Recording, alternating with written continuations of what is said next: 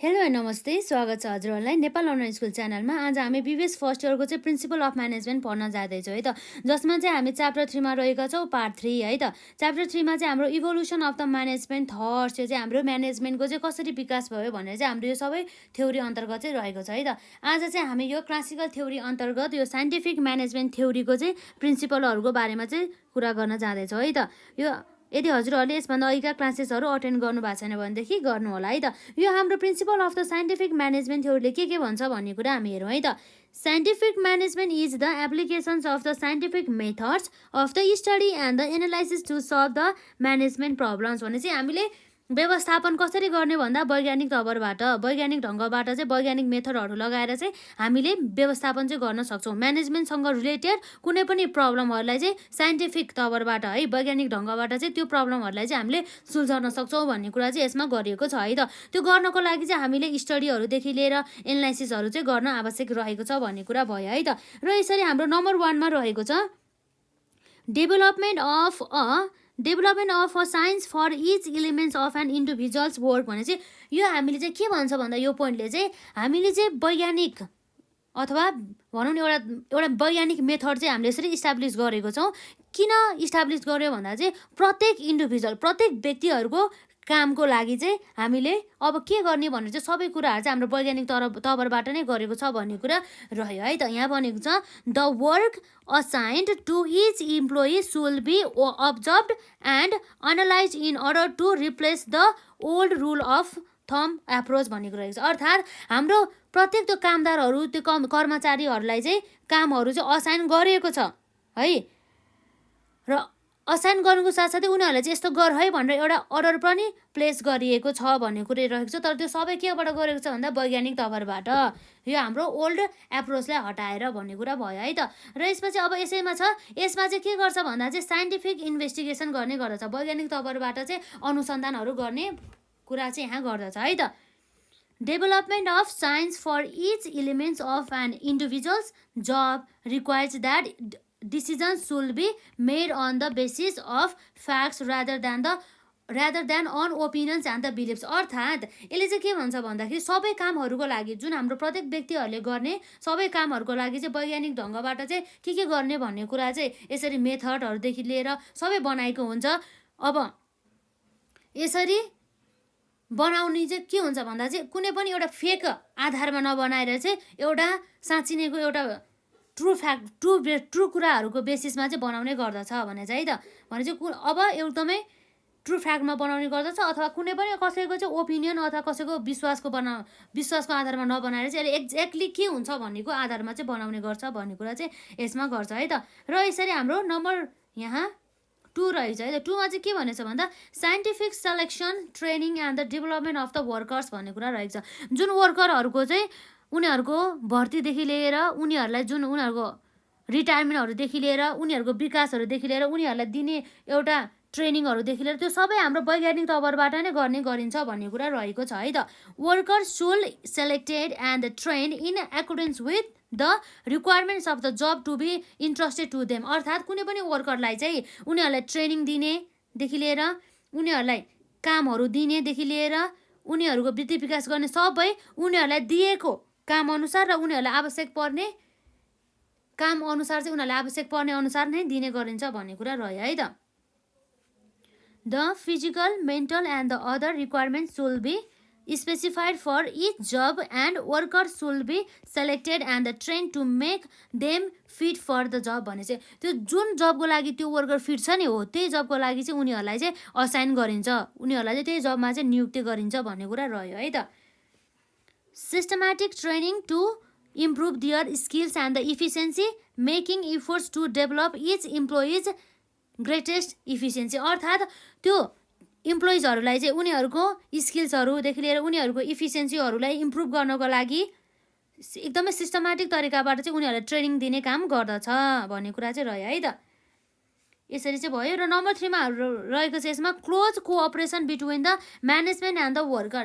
Management र वर्करहरू बिच चाहिँ हाम्रो के गर्ने भन्दा चाहिँ एकदमै क्लोज कोअपरेसन चाहिँ गर्ने भन्ने कुरा रहेको छ है त। त्यहाँ चाहिँ यस्तो क्लोज कोअपरेसन अन्तर्गत चाहिँ के गर्छ भन्दा चाहिँ जस्तै हाम्रो इन्ट्रेस्ट हुन्छ, इम्प्लोइजको पनि इन्ट्रेस्ट हुन्छ प्लस इम्प्लोयरको पनि इन्ट्रेस्ट हुन्छ, र त्यो इम्प्लोइजले चाहिँ के गर्नुपर्छ भन्दा चाहिँ त्यो इम्प्लोयर्सहरूको र इम्प्लोइजहरूको आफ्नो इन्ट्रेस्ट अथवा इम्प्लोयर्सहरूको इन्ट्रेस्टलाई भन्दा पनि हाम्रो यो के छ भन्दा जुन व्यवसायको हुन्छ नि हो तिनीहरूको चाहिँ इन्ट्रेस्टलाई चाहिँ प्रायोरिटी दिनुपर्छ भन्ने कुरा रहेको छ। अर्थात् उनीहरूको दुवैको इन्ट्रेस्ट चाहिँ एकदमै हार्मोनाइज हुनुपर्छ भन्ने कुरा रहेको छ। किन चाहिँ भन्दाखेरि यसरी to create a mutual beneficial relationship, यसरी म्युचुअल बेनिफिसियल रिलेसनसिप क्रिएट गर्नको लागि चाहिँ यसरी एकअर्काको चाहिँ इन्ट्रेस्टहरूलाई चाहिँ एकअर्काले चाहिँ मध्यनजर गर्नुपर्ने हुन्छ भन्ने कुरा रहेको छ। इम्प्लोयरहरूको इन्ट्रेस्टलाई ध्यान दिएर काम गर्नु पर्यो र इम्प्लोयर्सहरूले चाहिँ इम्प्लोइजहरूको इन्ट्रेस्टलाई ध्यान दिएर काम गर्नु पर्यो भन्ने कुरा रह्यो है त।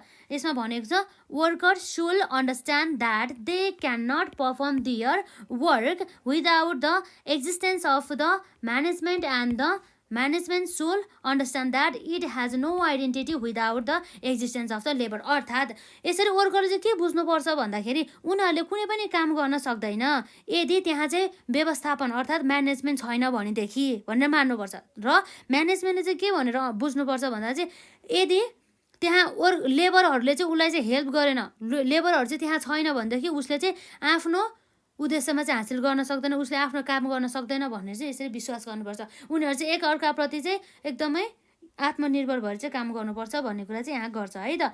र अब हाम्रो यहाँ रहेको छ नम्बर 4 मा equal division of the work and the responsibility between the management and the workers. अर्थात् जुन हाम्रो वर्करलाई मात्रै धेरै काम लगाउने अथवा म्यानेजमेन्टलाई चाहिँ थोरै काम लगाउने है त्यस्तो गर्नु भएन रे। म्यानेजमेन्ट र वर्कर दुवैलाई चाहिँ समान रूपमा चाहिँ कामहरूको बाँडफाँड गर्नुदेखि लिएर बाँडफाँड गर्ने र साथै उनीहरूलाई रेस्पोन्सिबिलिटीहरू पनि त्यति नै दिने भन्ने कुरा चाहिँ गर्दछ है त। र यसपछि हाम्रो नम्बर 5 मा रहेको छ maximum output in the place of the restricted output भन्ने कुरा रहेको छ है त। यसले चाहिँ के भन्छ भन्दा चाहिँ म्याक्सिमम प्रोडक्सन कतिखेर हुन्छ भन्दा चाहिँ जब चाहिँ more wages to the worker, जब चाहिँ वर्करहरूलाई चाहिँ धेरै मात्रामा ज्याला दिन्छ त्यसै कारणले गर्दाखेरि है त। Because of the piece rate system of the wages. अर्थात् यदि piece rate system of the wages छ भनेदेखि त्यस्तो अवस्थामा यदि म्याक्सिमम आउटपुट छ भनेदेखि त्यस्तो अवस्थामा के भयो त भन्दा वर्करहरूको चाहिँ अटोमेटिकल्ली वेजेस चाहिँ मोर हुन्छ, इन्क्रिज भएर जान्छ भन्ने कुरा यसमा आउँछ। र maximum profit to the owner because more value of the production minimize the cost per unit of the output. अर्थात् यो ओनरहरूलाई चाहिँ कसरी चाहिँ प्रफिट हुन्छ त म्याक्सिमम रूपमा भन्दा जब चाहिँ धेरै मात्रामा चाहिँ प्रोडक्सन चाहिँ हुन्छ हो त्यति बेला चाहिँ के हुन्छ त जब धेरै मात्रामा चाहिँ प्रोडक्सन हुन्छ त्यतिखेर चाहिँ के हुन्छ त कस्ट पर युनिट चाहिँ एकदम कम हुने गर्दछ भन्ने कुरा भयो है त। जति धेरै मात्रामा उत्पादन गर्यो त्यति नै हाम्रो कस्ट कति हुन्छ त थोरै हुँदै जान्छ भन्ने कुरा रह्यो है त।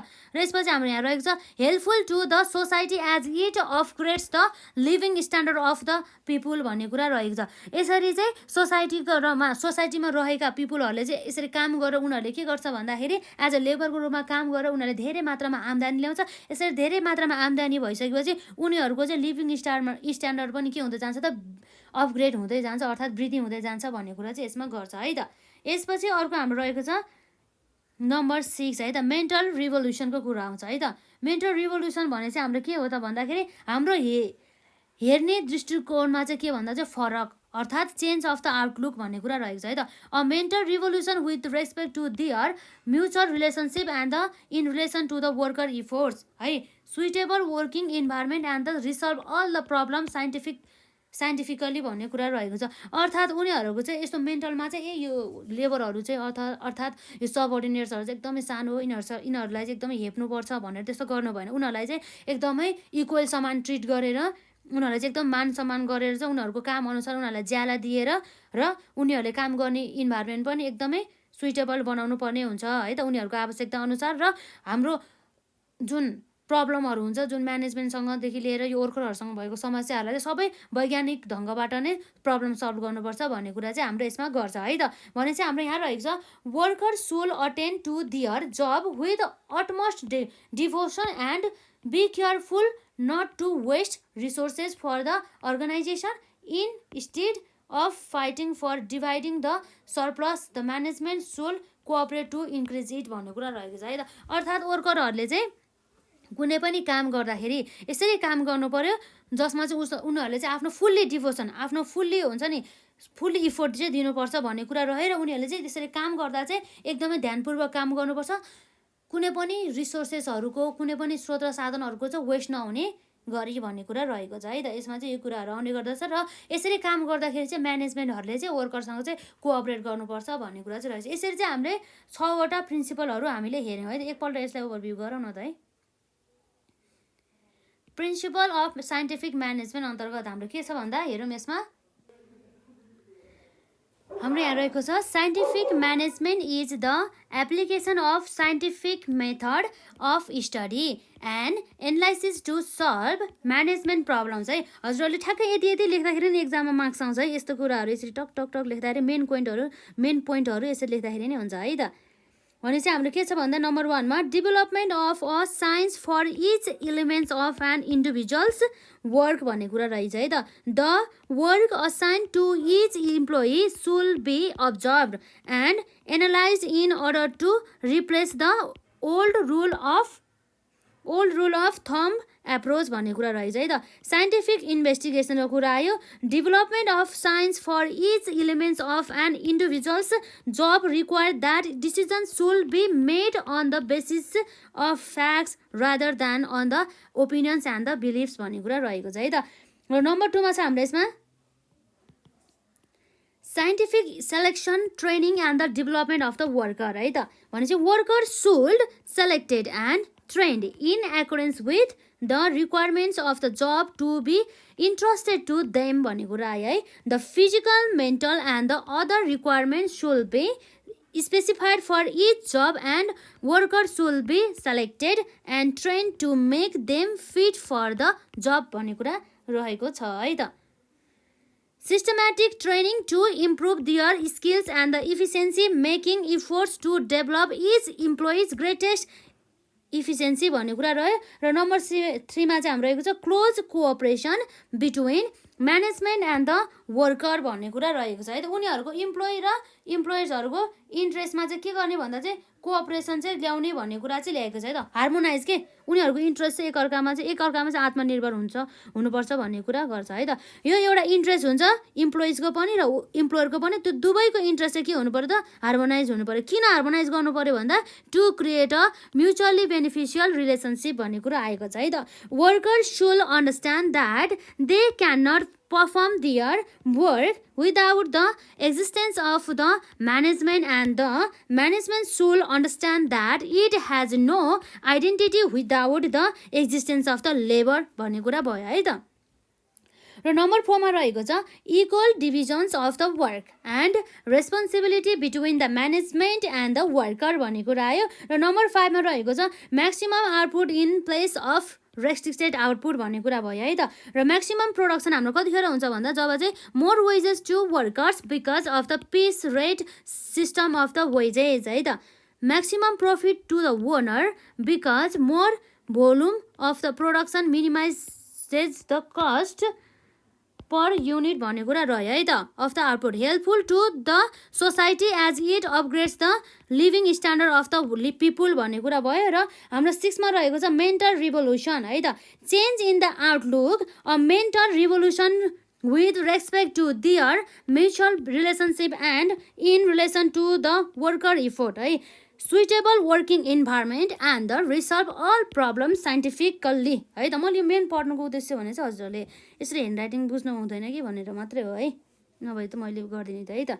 भनेपछि के रहेछ भन्दा हाम्रो worker shall attend to their job with utmost devotion and be careful not to waste resources of the organization instead of fighting for dividing the surplus the management should cooperate to increase it भन्ने कुरा भयो।